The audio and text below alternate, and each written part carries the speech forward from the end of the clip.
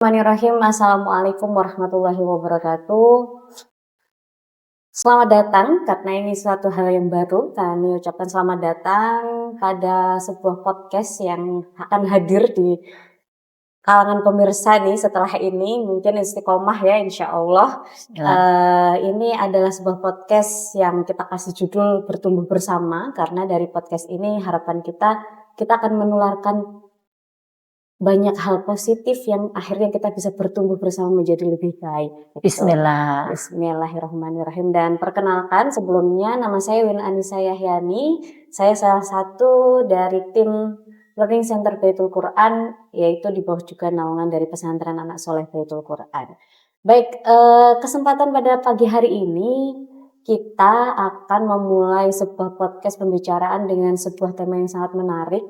Tentunya hal yang mungkin sampai sekarang pun juga masih menjadi pembicaraan banyak kaum ibu, kaum ayah atau orang tua, ataupun banyak psikologis juga masih membahas tentang ini, karena pastinya akan terus bertumbuh tentang ilmu-ilmu yang baru mengenai anak berkebutuhan khusus. Nah, untuk kali ini kita kedatangan seorang pemateri yang sangat luar biasa, seorang ibu yang hebat. Masya Allah, Masya Allah. Kemudian juga seorang kepala sekolah dari salah satu sekolah yang spesialis mengenai inklusi. Kemudian juga bergerak di beberapa aktivitas yang berkaitan dengan program-program pengembangan inklusi, khususnya di daerah Ponorogo. Dan kita doakan semoga ilmunya semakin berkah, semakin meluas, jadi bisa tertular ke berbagai daerah. Gitu. Dan di samping saya sudah ada Ibu Barokatin Munziati. Betul ya Ibu ya? Yes. Atau yang sering kita sebut mungkin kalau di kalangan Ponorogo mungkin sudah familiar dengan Bu Ninin. Ya Bu ya. Bu Ninin, bukan Bunda ya Bu ya? Bukan, Bu Ninin. Bu Ninin, Bu Ninin. Oke, bagaimana Bu kabarnya? Alhamdulillah baik-baik, lancar, sehat dan berkah insyaallah. Alhamdulillahirabbil alamin. Ini sebuah anugerah ya Bu ya. Alhamdulillah kita bisa dipertemukan pada hari ini. Kita bisa sharing-sharing nanti tentang berbagai ilmu tentang inklusi, khususnya anak berkebutuhan khusus. Dan mungkin nanti dari Bu Ninin sendiri akan banyak nih informasi-informasi terbaru yang bisa kita nikmatin gitu. Nah, untuk saat ini kira-kira kesibukannya apa nih Bu? Alhamdulillah Allah berikan kesempatan kepada saya, amanah yang saya emban mulai saya dari tahun 2000 itu memang berkecimpung dengan anak-anak, bukan hanya jadi anak-anak yang usia PAUD, jadi playgroup TK, kemudian MI, kemudian SMP, kemudian juga MA atau SMA, setingkat mahasiswa juga seperti itu. Saya diberikan kesempatan untuk belajar memahami perkembangan mereka. Bukan saya ngajari, tapi saya belajar dari mereka seperti apa perkembangan anak sampai menuju ke remajanya. Selain itu saya juga belajar dari anak-anak istimewa, yang kalau saya bilang adalah anak-anak istimewa, anak surga. Saya juga belajar dari mereka bagaimana saya harus lebih sabar lagi, belajar dari mereka bagaimana kita lebih telaten, lebih istiqomah di dalam bersabar, kemudian mengajari tentang hal yang sangat mungkin sederhana bagi orang lain, akan tetapi ternyata bagi mereka itu juga mudah untuk dilakukan. Dan ternyata mereka juga bahkan sampai yang mungkin memiliki sejarah kesehatan, perkembangan ataupun pertumbuhan yang berbeda, karena memang manusia itu diciptakan berbeda-beda, tapi sebenarnya Allah menciptakan manusia itu sempurna. Tapi memang manusia itu sendiri mungkin yang entah itu ulahnya sendiri, ya akibatnya akan mendapatkan cobaan atau ujian atau fitnah itu karena ulah manusia sendiri. Nah, dari situ saya belajar dari anak-anak, mulai macam anak-anak istimewa yang berbagai macam karakter, berbagai macam potensi, berbagai macam cara belajar, dan juga keunikan dari anak, karena memang semua anak itu memang unik. Kita aja yang tua juga unik. Iya kan? Iya betul, jenisnya macam-macam ya sampai tua Iya pun. betul, kita aja unik. Kayak saya ini kalau suruh belajar menulis, saya merasa kesulitan. Tapi ketika saya hanya mendengar dan melihat, saya akan mudah untuk menerima sebuah ilmu. Jadi Itulah seperti itu. keunikan Keunikan, setiap contoh manusia keunikan. ya, Bu, ya. Oke.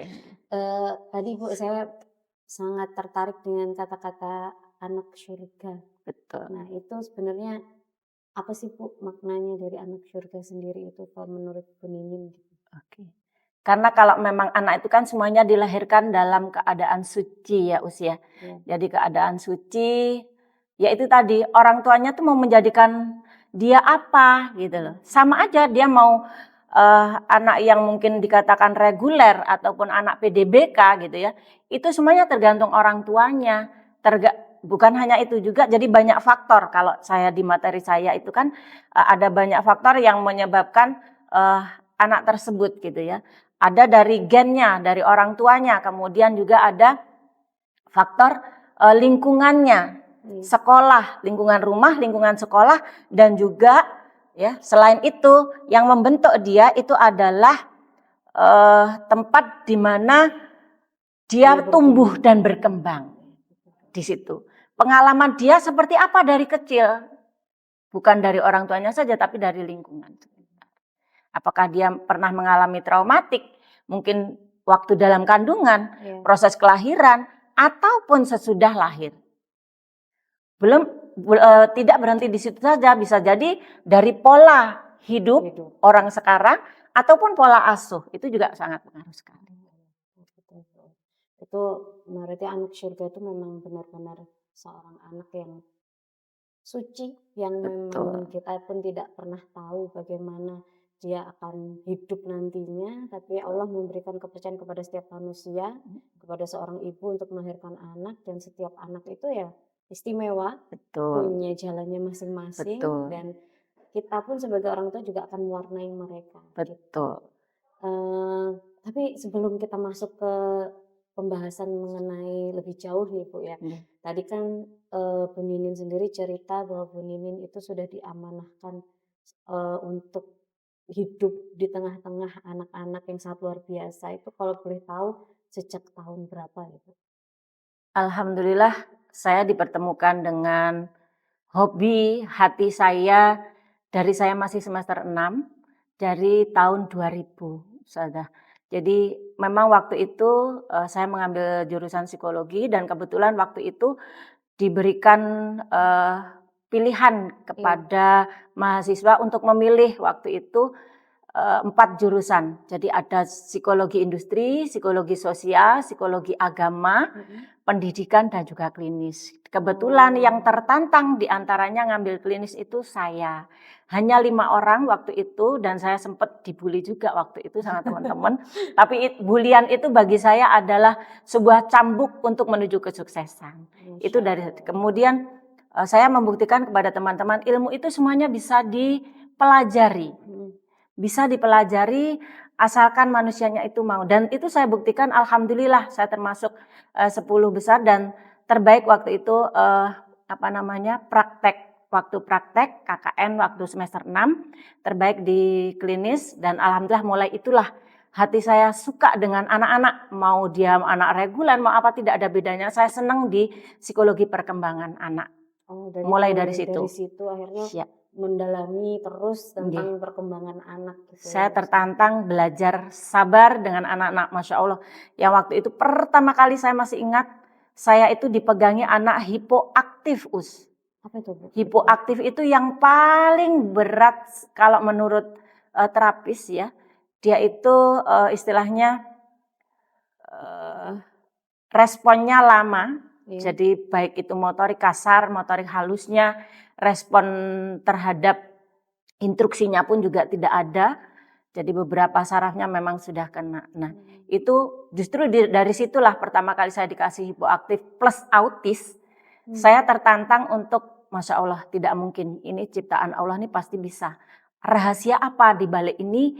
Saya harus belajar dari situ. Dan ternyata alhamdulillah waktu itu saya bisa mengajari dia untuk tugas mandiri, Tugas mandirinya anak-anak itu kan mandi sendiri, makan sendiri, sampai dia tahu mengambil kebutuhan dia untuk berangkat sekolah. Akhirnya dari situ saya semangat lagi, dikasih tantangan lagi, terus saya dikasih tantangan untuk pegang anak-anak autis hiperaktif. Yang mulai dari nol dia belum bisa berbicara, dia masih memiliki perilaku yang negatif, yang sangat kompleks sekali. Kemudian anak-anak ini belum bisa berbahasa lisan, kemudian masih suka mengamuk dirinya sendiri ataupun orang lain itu diantaranya. Kemudian dia pastinya tidak bisa bersosialisasi dengan orang lain. Alhamdulillah dari situ saya juga tertantang lagi. Saya yakin di balik ini Allah itu pasti akan kasih. Jadi saya selalu minta kepada Allah, ya Allah berilah aku ilmu bagaimana saya bisa menolong. Ternyata saya bukan menolong, justru saya belajar dari anak-anak ini. Ketika beberapa minggu saya bersama dia ternyata suka dengan saya. Jadi ternyata anak-anak itu hanya butuh satu welcome, membuka hati menerima dia yang pertama. Kedua dia pasti akan juga, dan karena instingnya anak-anak itu adalah nomor satu. Lebih kuat instingnya. Karena siapa yang terbuka, siapa yang menerima dia pasti akan menyatu dengan. Makanya kalau bahasa pendidikan itu kan, kalau di dalam mendidik anak, silahkan masuk ke dunia anak-anak dulu, baru anak-anak pasti akan ikut kepadamu. Seperti itu. Iya, betul sekali ya. Jadi dari tahun 2000 tadi 2000. sudah bergelut dengan dunia perkembangan anak, dan qadarullah diberikan Allah sebuah hadiah menangani anak yang hipoaktif ya Bu, Ya, hipoaktif dan juga autis.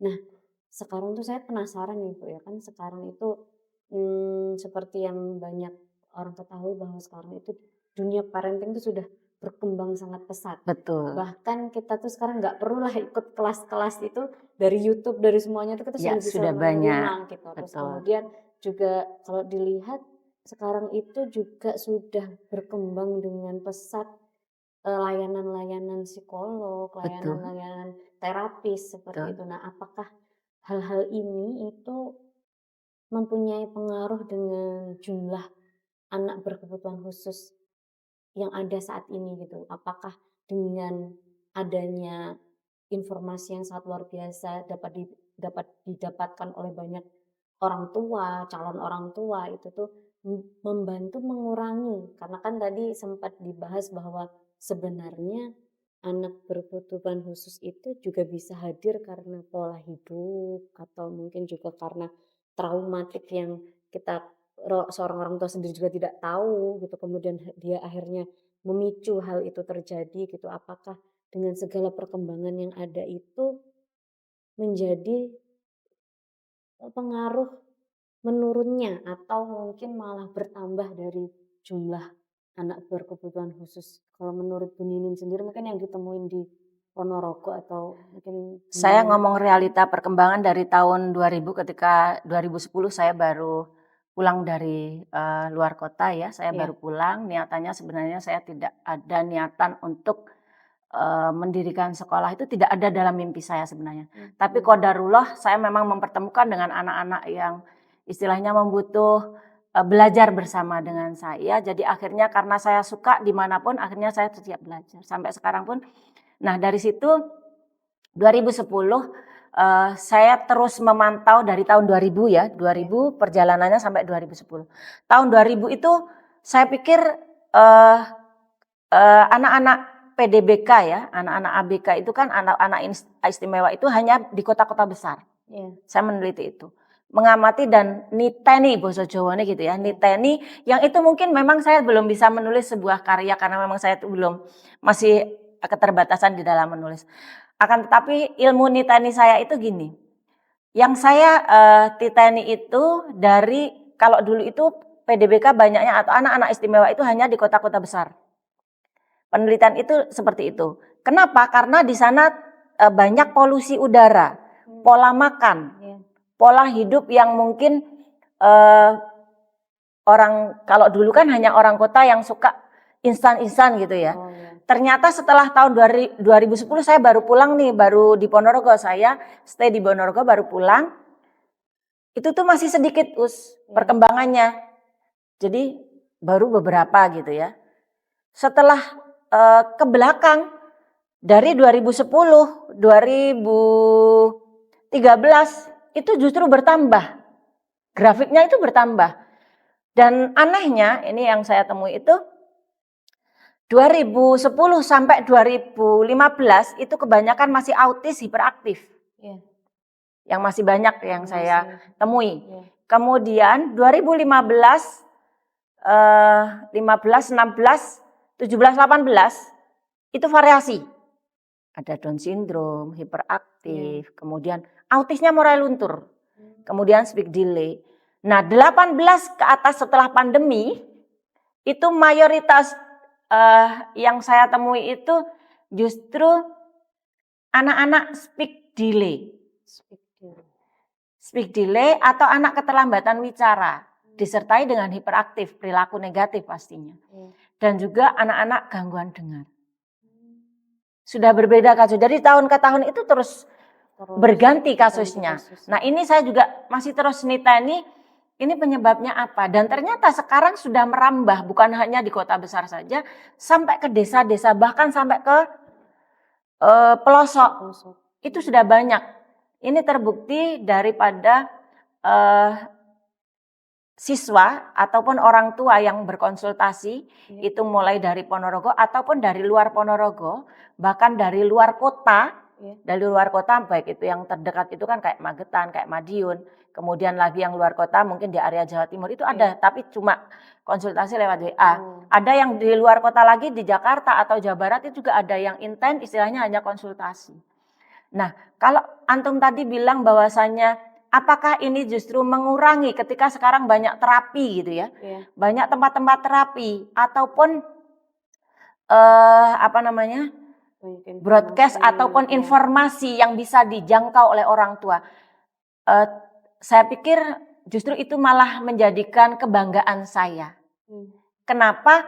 Karena perkembangan tadi, anak PDBK atau anak istimewa sekarang itu anehnya karena perkembangan zaman mungkin kali ya. Atau pola makan, pola hidup orang itu sudah berbeda, terus berkembang dan mungkin walaupun toh informasi akan tetapi ini tidak bisa, kadang tidak bisa mengimbangi. Lah, ini ternyata juga banyaknya anak-anak ABK, kemudian banyak juga tempat sekarang aja di Ponorogo itu sudah ada sekitar 5 lembaga tempat terapi. Dulu zaman saya masih 1, 2 dari tahun 2000. Ya, sekarang sudah 5. Dan banyak, alhamdulillah sekarang justru Ponorogo itu juga kebetulan saya kan juga KKG Inklusi ya, Ketua KKG Inklusi Kabupaten Ponorogo. Sekarang semua sekolah diwajibkan menjadi inklusi. Ini juga sebuah kebanggaan bagi saya. Akan tetapi tidak mudah bagi orang tua ataupun pendidik. Ini tadi. Informasi sekarang AI, ya kan? GPT ataupun gambar dan lain sebagainya semua bisa memberikan informasi, atau TikTok dan lain sebagainya, atau YouTube bisa memberi informasi. Akan tetapi kembali kepada SDM-nya. Di dalam mendidik anak itu bukan hanya cukup dengan ilmu pengetahuan, tapi sentuhan langsung dari seorang teacher, seorang guru, seorang ustadzah, dan itu bagaimana kita terus menerapkan. Makanya katanya Bapak Menteri kita yang baru ya, beliau juga dengan 7 kebiasaan anak Indonesia hebat. Itu kita di pesantren anak soleh sudah lakukan. 7 kebiasaan hebat. Apa aja tuh Bu? Mungkin ada yang belum tahu. Oke. 7 kebiasaan hebat anak Indonesia. Kalau saya juga punya tepuknya, biasanya saya belajar dengan guru-guru dan anak-anak ini sudah saya praktekkan sebentar. Itu pastinya anak-anak yang pertama itu adalah bangun pagi, Itu penting. Bangun pagi. Sejak dulu kan kita di pesantren anak soleh kita pakai jadwal 24 jam. Iya, betul. Kelas parenting di mana-mana dulu kita, seingat saya tuh kelas parenting itu pertama kali itu ada di pesantren anak soleh. Waktu itu. Saya gencarkan, ayo lewat parenting kita menyadarkan orang tua. Sekarang semua sekolah sudah ada parenting, Ya, alhamdulillah. Alhamdulillah. Itu juga kesyukuran bagi saya. Bukan siapapun pematerinya, saya senang akan tetapi semuanya sudah sadar pendidikan. Karena kalau nggak ngimbangi melesatnya zaman, perkembangan zaman, kalau tidak diimbangi di dalam kita terus belajar sebagai orang tua atau sebagai pendidik, kita akan ketinggalan. informasi. Yang pertama 7 kebiasaan hebat yang memang ini juga sudah dibiasakan dan ini sudah dicetuskan harus ya. Itu adalah bangun pagi. Bangun pagi. Ya, semuanya harus bangun pagi dan dalam Islam kita juga ada tentunya Rasulullah. Siapa yang bejondonya bojo akhirat, ya kan? Istilahnya berkah rezekinya itu kan dia harus bangun pagi, mulai tahajud. Kalau memang bisa ya. Kalau memang belum bisa ya bangun subuh jamaah ke masjid. Nah, itu bangun pagi itu wajib tuh. Yang kedua yaitu beribadah. Kembali ibadah. Ibadah. Kenapa diwajibkan ibadah? Ya betul. Biar kita selamat dunia akhirat itu kan kita harus beribadah. Iya. Nah, itu di pesantren anak soleh juga sudah ada itu. Sudah tidak ada yang baru dari Bapak Menteri kita. Saya kalau 7 kebiasaan alhamdulillah kita sudah jalankan itu. Kemudian berolahraga. Setiap pagi di playgroup, di TK, di MI, kita kan semua olahraga semua. Wajib. Nah, karena apa? Tujuannya kita berolahraga itu kan menjaga badan sehat. Kalau badan sehat, jiwa pun ikut sehat dan kuat. Belajarnya lancar. Oke. Setelah itu terus makan sehat. Makanya ada makan sehat, snacksnya sehat, tidak jajan sembarangan. Ya kan? Kenapa di pesantren seperti itu? Itu memang ide-ide Dewan Pembina, Dewan Pendiri dan itu sudah dijalankan di semua pas. Itu ada makan sehat, snacknya juga sehat buatan gurunya sendiri. Bukannya kita mengambil untung, tidak, wong harganya cuma 1.000, kadang 1.200. Bukan jajan dari pabrik, tidak. Kita menjaga gizinya tujuannya. Dan itu menu itu 10 hari baru ketemu menu itu lagi. Kita jadwal. Nah itulah. Nah itu pentingnya. Kemudian yang keempat adalah gemar belajar. Kalau sehat, makannya sehat, dia nggak gampang sakit, pasti belajarnya juga semangat. Itu kebiasaan yang kelima. Kebiasaan yang keenam, sosialisasi. Kita di sini juga diajarkan untuk berteman. Karena kalau anak yang tidak bisa bersosialisasi, itu pasti akan punya masalah. Ketika dia dewasa pun dia juga masalah, dia nggak bisa terjun ke masyarakat. Jadi di sini lewat permainan sosial, kemudian lewat game, kemudian lewat outbound lain sebagainya. Itu diantaranya bagaimana kita mengajarkan bermasyarakat. Kemudian yang terakhir yaitu tidur cepat. Di pesantren anak soleh 24 jam, jadwal 24 jam itu kita bagikan ke orang tua kan. Nah itu untuk panduan. Oh tidurnya jam berapa, oh bangunnya jam berapa. Itulah kenapa dinamakan pesantren anak soleh.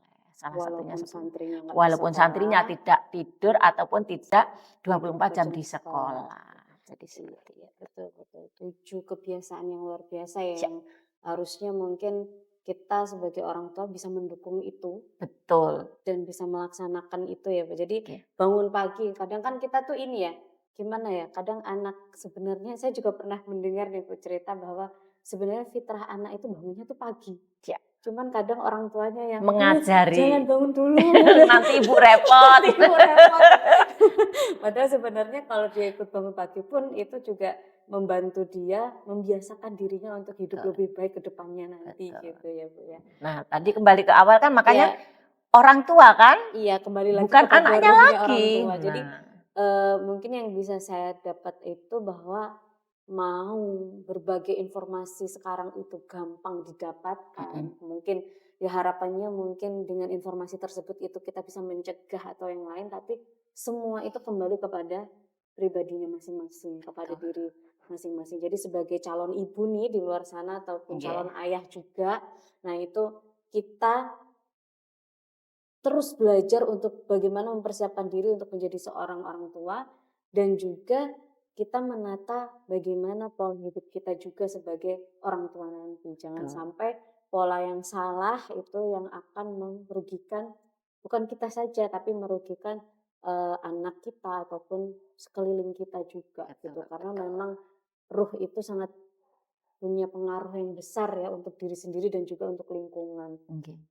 Mungkin tadi kita sudah membahas tentang perkembangan sekarang nih Bu. Nah sekarang tuh karena informasi itu juga sudah banyak dan juga tadi kembali lagi bahwa dari diri kita ini mungkin dari Bu Ninin ada tips untuk mencegah supaya Mungkin untuk mencegah supaya kita bisa terhindar nih dari kebiasaan-kebiasaan yang akan merugikan tanpa kita sadari nih Bu, kita akan merugikan diri kita bahkan naudzubillah dari calon anak kita gitu. Itu kira-kira ada tips atau trik yang bisa kita pegang gitu sebagai calon ibu atau, yang harus kita lakukan tuh apa gitu?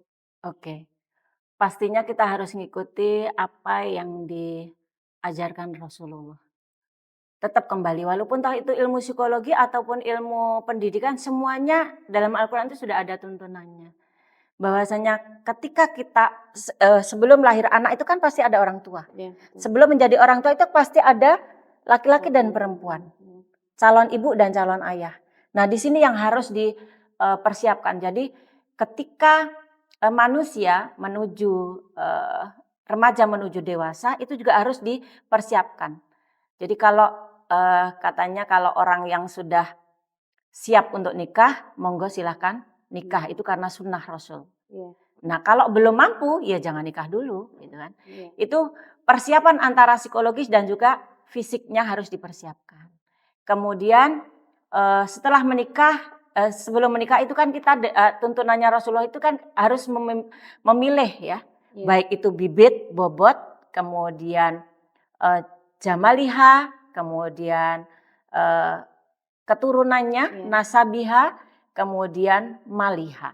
Itu juga harus diperhatikan. Kemudian setelah sudah menikah, sudah tadi 4 hal tadi sudah diperhatikan, agamanya yang paling utama kan nomor 1 nggih, maaf. Iya. Agama yang nomor 1 itu harus diperhatikan. Karena ini akan menjadi pegangan ke depannya. Ini jelunturungnya nanti kepada anak, ya kan? Iya. Nah, ini juga sudah diperhatikan dan nanti ketika sudah menikah menjadi seorang ayah dan ibu itu juga harus diperhatikan. Iya. Baik itu secara fisik dan psikologisnya seorang istri baik pun maupun suami. Dua-duanya makanya kalau sebelum nikah tadi harus siap fisik dan psikologisnya. Ketika sudah menikah apalagi harus siap bagaimana menjadi keluarga sakinah mawaddah warahmah. Saling menjaga. Kemudian saling memberikan kewajiban dan haknya. Baik itu hak suami ataupun hak istri. Kewajiban suami ataupun kewajiban istri. Kemudian setelah itu kan muncul sebuah amanah dari Allah, yaitu berupa calon.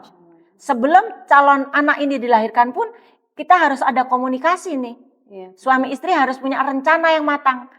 Kapan kita harus, betul ya, anak itu adalah pemberian Allah, kapan datangnya kan kita. Tapi kita sebagai manusia, kita harus punya istilahnya secara logika, kita harus punya rencana nih. Kapan kita pengen punya anak. Dan kita harus punya tahu doanya. Bagaimana mempersiapkannya. Mulai dari tempatnya, mulai dari niatnya. 2 orang komunikasi dulu. Oke, ini kita jadikan, momennya gitu ya. Masalah jadi tidaknya kan Allah yang menentukan. Kita hanya kemudian kita merencanakan pengen nih laki-laki atau perempuan. Boleh, itu kan sebuah doa. Kita berdoa, kita berusaha. Makannya juga harus dijaga. Jadi dari pola makan juga harus dijaga. Pola berperilaku, agamanya juga harus dijaga. Baik itu suami istri itu tadi. Kemudian sesuatu yang dimakan itu juga harus dijaga. Dari kehalalannya. Nah, karena kan itu akan darah daging yang akan kita lahirkan. Nah, setelah itu semuanya kita jaga, kita kan udah nih di dalam Al-Quran juga ada. Mohon maaf saya buka dulu ya, saya sudah siapkan materi juga. Di sini. Di dalam Al-Quran itu juga sudah ada bagaimana perkembangan manusia. Ya kan? Perkembangan anak. Bentar saya taruh di mana nih. Jadi mampu Ini dia. tuh nggak hanya mampu dalam bukan mau aja. atau mau ya. Ya. Jadi Seperti di dalam Al-Quran yaitu surat An-Nahl ya ayat 78 yang menjelaskan bahwa Allah itu mengeluarkan manusia dari perut ibunya. Jadi kan anak tuh dalam keadaan tidak mengetahui apa-apa. Kemudian memberi mereka pendengaran, penglihatan dan hati. Jadi dari anggota. Nah itu yang muncul dari situ kan berarti kan dari makanan. Dari saripati tanah. Dalam Al-Quran juga ada. Kemudian dari surat Al-Kahfi ayat 109. Dari surat At-Taha ayat 25 sampai 28 yang dianggap sebagai sumber nilai-nilai yang mempengaruhi perkembangan bahasa anak selanjutnya. Jadi setelah tadi dikasih pendengaran, penglihatan, kemudian hati atau jantung, kemudian anak juga bisa berkembang bahasanya setelah lahir, ya kan? Kemudian dari surat Al-Luqman itu ayat 12 sampai 19 yang berisi nasihat Luqman kepada anaknya. Jadi ketika lahir pun kita juga harus memberikan pendidikan, nasihat dan lain sebagainya. Dan selanjutnya yang terakhir yaitu dari surat Ar-Rum yang menjelaskan bahwa Allah itu menciptakan manusia itu dari keadaan yang lemah. Dari bayi kan lemah tuh. Kemudian terus berkembang. Ini menjelaskan bahwasanya ilmu psikologi itu dalam Al-Quran juga ada. Berkembang menjadi anak-anak, remaja awal, remaja, dewasa, orang tua. Kan lemah lagi kan? Jadi lemah, kemudian berkembang, kuat, kemudian lemah kembali. Nah, dalam Al-Quran sudah jelas. Nah, dari proses itu, makanya manusia itu harus lebih kuat lagi. Masya Allah, sebenarnya semuanya itu sudah ada di dalam Al-Quran. Dan tinggal kita sebagai seorang umat muslim dan juga sebagai manusia itu bisa memahaminya lebih dalam lagi. Betul. Syukur-syukur kita bisa mempraktekkan dalam kehidupan Betul. kita. Mungkin ini sudah sangat luar biasa Bu, Masya Allah, ini sebuah ilmu baru yang mungkin kita baru membahas sampai ke tips untuk mencegah nih, belum yang lainnya ya Bu ya, belum tantangan-tantangan yang ada saat ini gitu. Tapi mungkin untuk sesi pertama ini kita cukupkan dulu Bu. Untuk podcast materi kita tentang pembahasan inklusi ini tadi. Mungkin dari Bu Ninin ada closing yang pesan dan untuk kita nih, untuk pemirsa di rumah juga. Siap. Memahami tentang psikologi anak adalah investasi penting dalam kesejahteraan masa depan anak-anak kita. Karena anak-anak kita itu adalah penerus kita. Jadi saat inilah kita harus mulai terus memahami psikologi anak sebagai orang tua ataupun guru. Kemudian dengan pengetahuan yang tepat, orang tua ataupun orang dewasa dapat memberikan dukungan yang lebih baik bagi pertumbuhan dan perkembangan. Jadi kita itu sebagai guru, orang tua yang ada di sekolah dan juga orang tua yang ada di rumah kita harus terus belajar. Belajar apa? Belajar dari anak-anak. Mau anaknya mau reguler atau apa, semuanya sama. Semuanya adalah anak. Itu, mungkin itu dari saya. Baik. Masya Allah sekali. Jadi memang betul ya Bu ya bahwa investasi sangat penting itu yang memang kita belajar terus, terutama tentang perkembangan anak. Dan Masya Allah, ternyata memang betul pemirsa bahwa segala ilmu itu berawal dari Al-Quran dan semua itu sudah dilandaskan dari Al-Quran. Jadi mau ilmu perkembangan, mau ilmu apapun itu semuanya berlandaskan dari Al-Quran. Dan kita sebagai umat muslim wajib untuk belajar terus dan kita harus bisa mengaplikasikannya dengan mungkin dari kami, terima kasih banyak atas waktunya Bu Ninin. Semoga kita bisa ketemu lagi di episode-episode selanjutnya. Karena masih banyak nih yang harus kita bahas. Karena tadi ya Bu, perkembangan anak, ilmu itu adalah investasi. Jadi kita akan menanam investasi yang banyak nih Bu. Betul. Nanti kita sharing lagi bersama-sama. Mungkin untuk episode ini kita cukupkan. Terima kasih banyak. Dan sampai ketemu lagi bersama podcast episode selanjutnya dan semoga kita semuanya bisa bertumbuh bersama menjadi pribadi yang lebih baik. Sekian dari saya. Terima kasih. Wassalamualaikum warahmatullahi wabarakatuh. Waalaikumsalam warahmatullahi wabarakatuh.